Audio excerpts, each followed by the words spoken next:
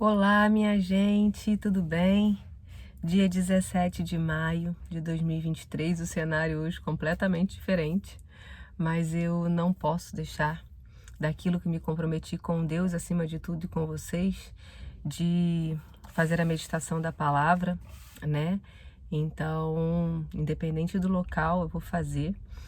Eu paro para ler a palavra, tô aqui parada no carro, né? Já meditei a palavra, já clamei o Espírito Santo e agora eu vou partilhar com vocês. Vamos juntos? Vinde, Espírito Santo, enchei os corações dos vossos fiéis e acendei neles o fogo do vosso amor. Enviai o vosso Espírito e tudo será criado e renovareis a face da terra. Oremos. Ó Deus, que instruíste os corações dos vossos fiéis, com a luz do Espírito Santo, fazei que apreciemos retamente todas as coisas, segundo o mesmo Espírito, e gozemos sempre da sua consolação. Por Cristo, Senhor nosso. Amém. A palavra de hoje está no Evangelho de São João, capítulo 12, capítulo 16, de 12 a 15. Vamos juntos pelo sinal da Santa Cruz. Livra-nos Deus nosso Senhor dos nossos inimigos, em nome do Pai, do Filho e do Espírito Santo. Amém. Naquele tempo, Jesus disse aos seus discípulos: Tenho ainda muita coisa a dizer-vos, mas não sois capazes de as compreender agora. Quando, porém, vier o Espírito da verdade, ele vos conduzirá à plena verdade, pois ele não falará sobre si mesmo, mas dirá tudo o que tiver ouvido, e até as coisas futuras nos anunciará. Ele me glorificará, porque receberá do que é meu e vô-lo anunciará. Tudo que o Pai possui é meu, por isso disse que o que dele receberá e vos anunciará é meu. Palavra da salvação, glória a vós, Senhor. Nós estamos perto, né? Não estamos tão distantes, sem ser esse final de semana. O próximo será celebrado Pentecostes.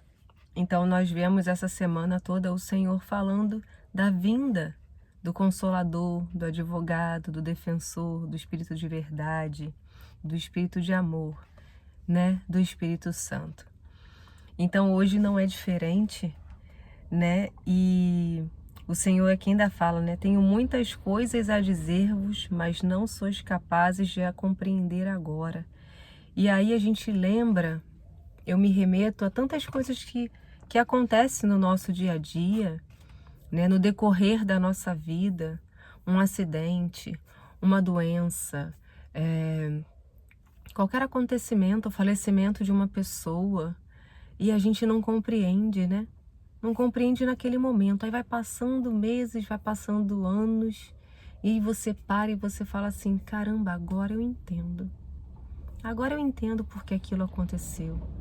Deus estava me guardando disso, Deus me livrou daquilo, né? Mas na hora você pode muitas vezes até se revoltar contra o Senhor naquele momento de incompreensão.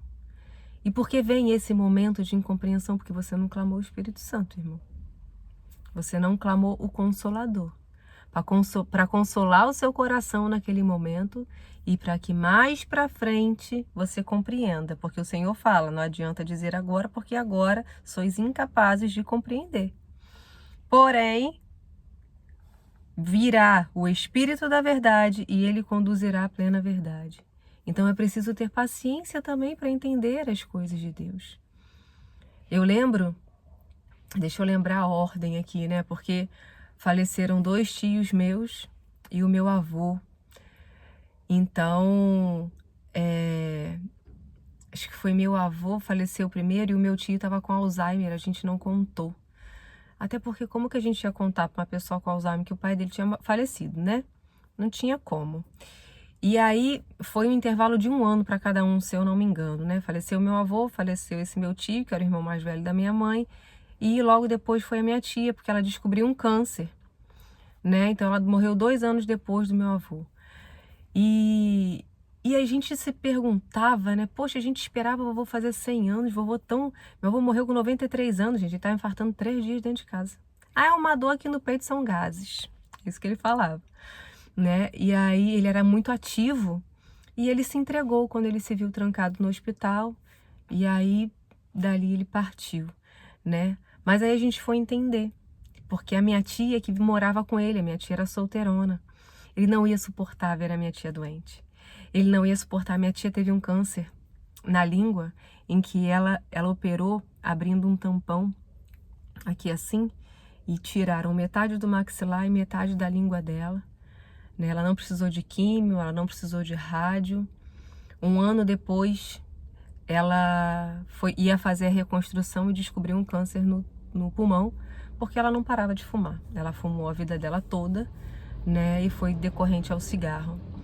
Mas o meu avô não suportaria ver aquela filha morrer, assim como o natural das coisas, nenhum pai suporta ver o sofrimento de um filho, né?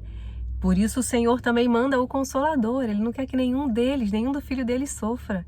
Por isso Ele manda o Consolador e o Espírito de verdade e o Espírito de amor. Ele falou, não vos deixareis órfãos, né? E aí a gente se pergunta também lá, poxa, minha tia sofreu, né? No final, então, do câncer de pulmão, eu lembro que eu ia para o hospital, eu ajoelhava aos pés da cama, eu cantava louvores para ela, eu rezava o Santo Terço, eu conversava com ela. Mas a minha tia andou muito tempo no pecado. A minha tia passou por cirurgias espirituais, a minha tia andou em lugares obscuros, digamos assim. E aí, quando ela descobriu o câncer, o que aconteceu? Quando não é pelo amor, é pela dor. Ela se voltou para Deus, ela se confessava, e quando ela ia receber a comunhão, ela só ia na missa com o Padre Cadu. Hoje ele está na Igreja Nossa Senhora das Graças, lá no Porto Velho. Na época ele estava no abrigo.